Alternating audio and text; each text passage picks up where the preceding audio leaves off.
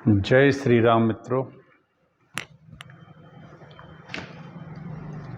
शिव जी और एक उमा का संवाद है। नारद जी और शिव जी दोनों रघुनाथ जी के पास गए। नारद जी तो भगवान की स्तुति करके अपना धाम लोग चले गए। भगवान शंकर कहने लगे, गिरिजा, मैंने श्री राम कथा अपनी मति के अनुसार आपको पूरी सुना दी।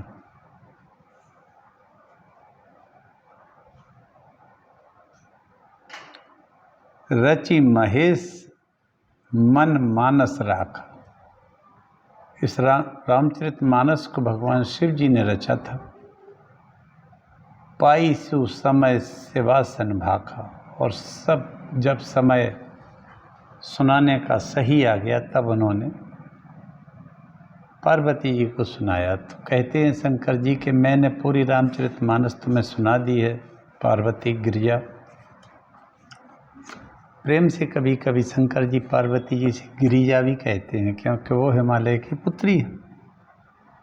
उन्होंने कहा, मैंने अपने मति के अनुसार आपको सुना दिया है।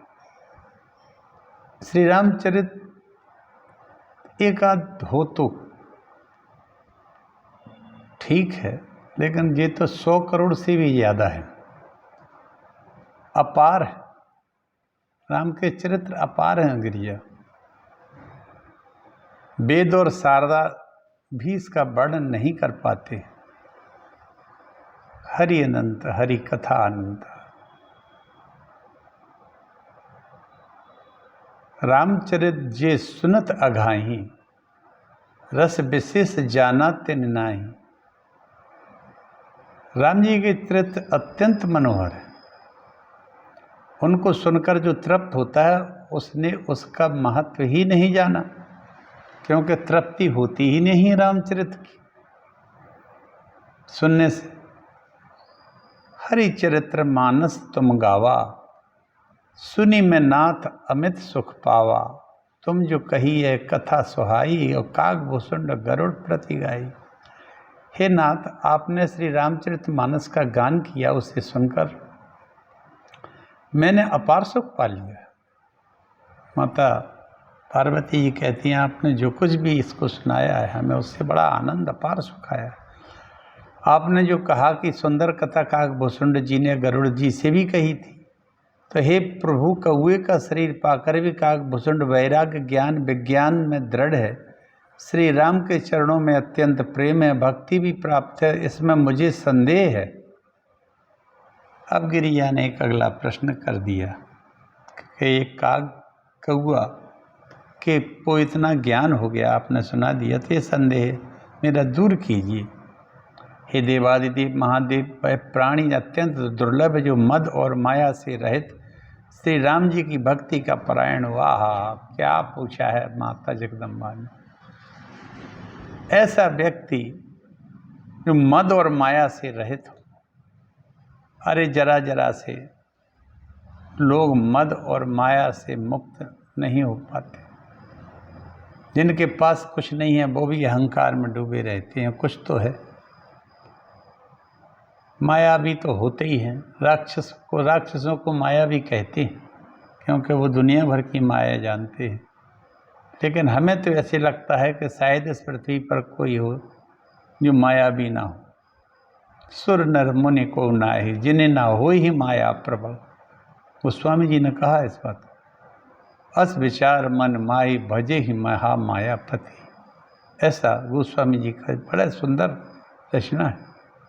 सुर नर मुनि कोई नाहि, कोई नहीं है जिन न होए माया प्रबल। पार्वती जी यहाँ कहती हैं, मद और माया से रहित श्री राम की भक्ति के परायण हो जाए, तब फिर क्या कहना। लेकिन ऐसी दुर्लभ भक्ति को कौआ कैसे पा गया, काग भुसुंड कैसे पा गए जी। गरुड़ महाज्ञानी गुण राशि, हरि सेवक अति निकट निवासी। तेहि के ही हेतु काग सन जाई, और सुनी कथा मुनि निकर बिहाई। गरुड़ जी तो महान ज्ञानी, सद्गुणों की राशि, श्री हरि के सेवक हैं, उनके वाहन भी हैं, उनके अत्यंत निकट रहने वाले भी हैं। इससे निकटता और क्या होती है कि वो वाहन है, गरुड़ जी की सवारी करते हैं भगवान विष्णु, तो उनका तो समझ में आता है। उन्होंने मुनियों के समूह को छोड़कर कौए से जाकर हरि कथा किस कारण सुनी? अरे गरुड़ जी तो चाहते तो नारद से भी सुन सकते थे, भगवान के चरणों में बैठ के भी सुन सकते थे, लेकिन कौए के पास गए। गौरी गिरा सुनी सरल सुहाई, बोले शिव सादर सुख पाई। पार्वती जी की सुंदर वाणी सुनकर शिव जी बड़े प्रसन्न हुए। आह क्या बात! गिरजे तुम धन्य हो, तुमने मुझसे जो प्रश्न किया उसी प्रकार गरुड़ जी ने भी काकभूषण से यही प्रश्न किए थे, और ऐसे ही प्रश्न तुमने किए हैं, तो उनको तुम मन लगाकर सुनो। मैंने जिस कारण से उस कथा को श्रवण किया था उसे भी सुनिए। प्रथम दक्ष गृह तब अवतारा, सती नाम तब रहा तुम्हारा। दक्ष यज्ञ तब भा अपमाना, तुम अति क्रोध तजे तब प्राणा। पहले तुम्हारा अवतार दक्ष के यहाँ हुआ था, सती के नाम से थी, तुम मेरी पत्नी हो। उसके यहाँ यज्ञ हुआ, तुम्हारा अपमान उसने किया हमारे कारण, और तुमने अक्रोध से अपने प्राण त्याग दिए। गिरिजा उसी पर्वत पर वह बरगद के वृक्ष के नीचे हरि की कथाओं के प्रसंग सुनाता है।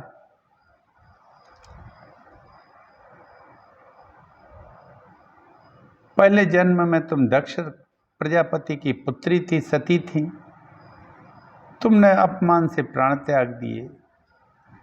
तुम्हारे वियोग में मैं इधर और उधर विरक्त भाव से घूमता रहा सती।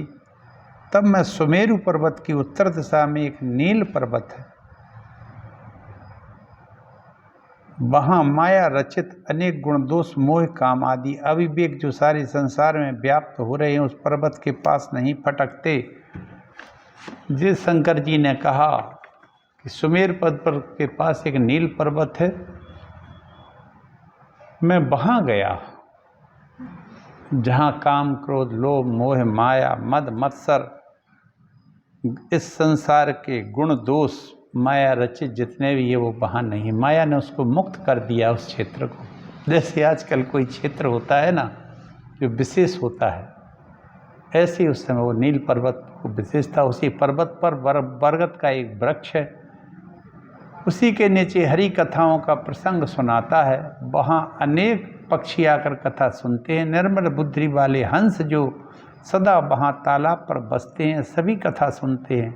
कछुकाल तब कछुकाल मराल तन धरि तह कीन निवास, और सादर सुनी रघुपत गुण पुण्य आयु कैलाश। तब मैंने हंस का शरीर धारण किया, वहाँ निवास किया, और रघुनाथ जी के गुणों को सादर सुनकर फिर कैलाश को लौट आया। श्री राम कथा तथा उनके नाम श्रवण का महत्व श्री तुलसीदास जी विनय पत्रिका में बतलाते हैं। सुमरु सने सो तू राम नाम राय को, सबल निसंबल को सखा असहाय को। पतित पावन राम नाम सो न दूसरो, सुमरी सुमेरी सुभूमि भयो तुलसी सो उसरो। संक्षेप में कहा है मैंने इस पद को। और मित्रों, इस तरह से शिव और उमा का ये संवाद हमने कहा। कल आगे की कुछ कथा कहूँगा गरुड़ वगैरह मोह की। जय श्री राम।